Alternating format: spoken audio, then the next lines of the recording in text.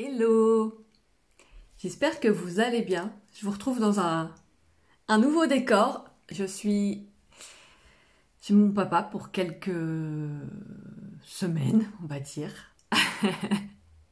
Comme vous le savez, je l'ai retrouvé en plus il n'y a pas très très longtemps. Je l'ai retrouvé il y a 2 ans et là ça faisait presque un an qu'on ne s'était pas vu. Donc voilà, j'en profite. Donc j'espère que vous allez bien de votre côté. Aujourd'hui, d'ailleurs j'espère qu'il ne va pas interrompre mon live en parlant de lui. Euh, Aujourd'hui, j'avais envie de vous parler, parce que j'ai commencé un peu à vous évoquer le syndrome du papillon. Et j'en ai parlé en fait dans ma masterclass, et j'avais vraiment envie de vous en parler un petit peu plus, parce que c'est vraiment, je pense, une de mes plus grosses prises de conscience que j'ai eues en fait suite à ma nuit noire de l'âme en fait en début d'année. Euh, un truc qui a vraiment fait, mais bien sûr, ce que j'ai appelé en fait le syndrome du papillon. C'est en fait, pour moi, la nature, c'est vraiment un exemple à suivre. Il y a vraiment énormément de sagesse auquel on devrait se reconnecter par rapport à la nature.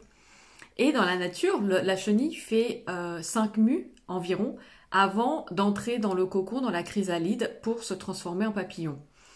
Et, euh, et j'ai vraiment eu en fait ce truc de me dire, en fait, les mues, pour moi, ça va être un peu quand tu fais le travail sur toi, quand tu guéris des blessures, quand tu guéris plein de choses, en fait, tu vois, t'enlèves au fur et à mesure des couches de peau, tu vois, de ce que tu n'es pas, de ce qui n'est pas à toi. Donc ça, pour moi, c'est vraiment, en fait, les mues de la chenille.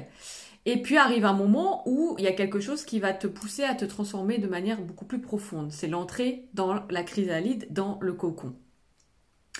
Et à ce moment-là, tu commences à te transformer, à faire tes étapes encore plus loin, encore plus profondes en fait, de guérison, de reconnexion à ton âme, au monde de l'invisible. Coucou Sabine, à plus grand que toi.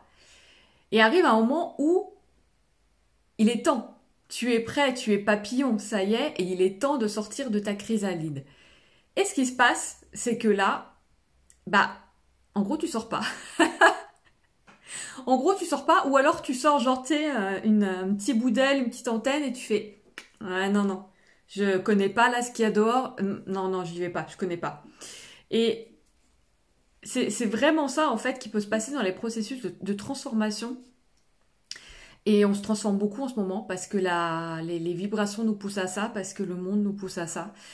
Donc, je pense qu'on est de nombreux papillons à rester coincés dans la chrysalide, parce que ce qui se passe, c'est que ton ego, il s'est identifié en fait à la chenille. Pour lui, il est une chenille. Bon, ok, il a fait des mues, mais dans ses mues, il était toujours chenille. Donc il n'a pas vu, il se rend même pas compte qu'il est rentré dans la chrysalide. Pour lui, il est toujours chenille.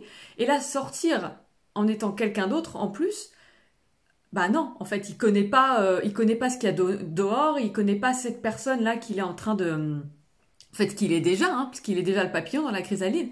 Mais là, comme ça, déployer ses ailes et rayonner cette personne-là, non. En fait, ça, il connaît pas, donc du coup, il refuse de sortir de la chrysalide. Et quand bien même, dans ta chrysalide, c'est la merde.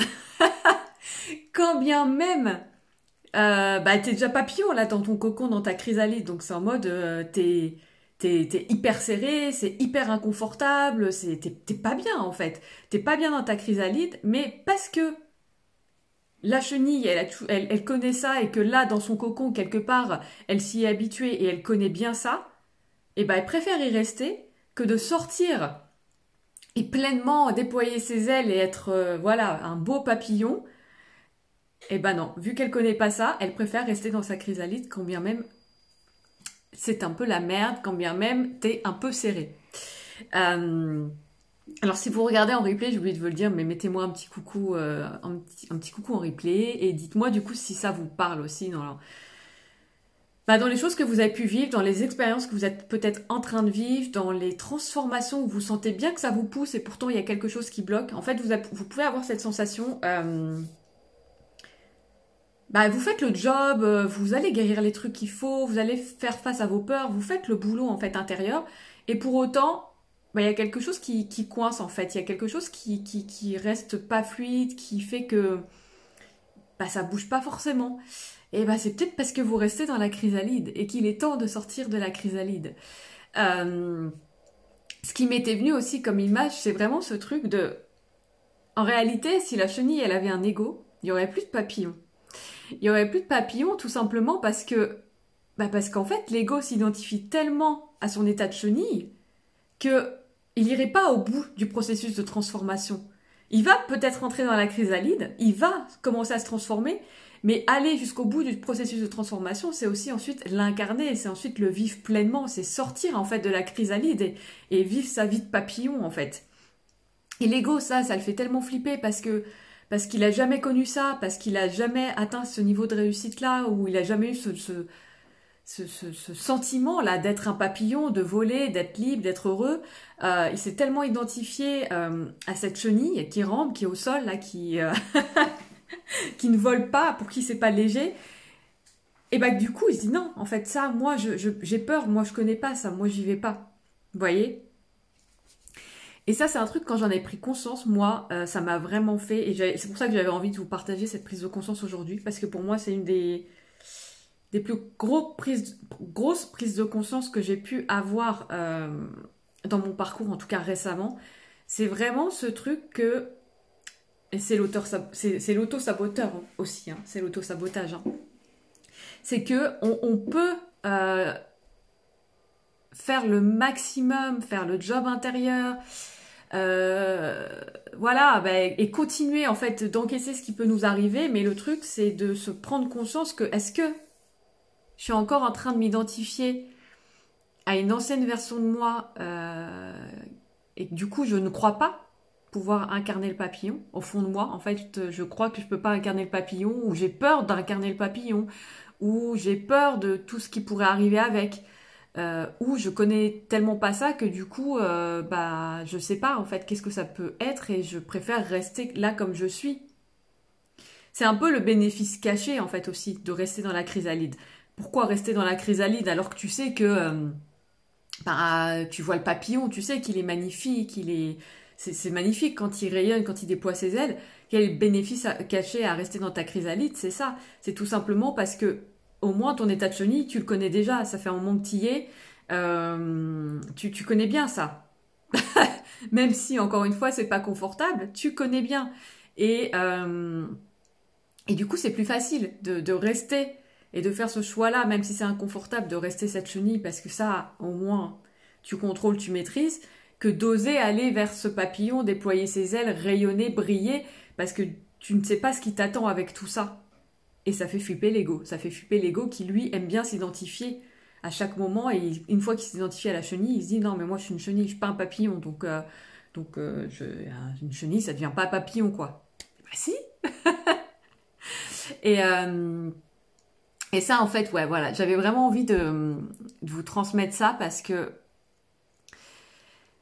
je pense, pardon, qu'il y a plein de papillons en gestation et il est temps, il est temps que le monde justement voit un peu plus tous ces papillons là qui sont enfermés dans leur chrysalide et qui n'osent pas déployer leurs ailes, n'osent pas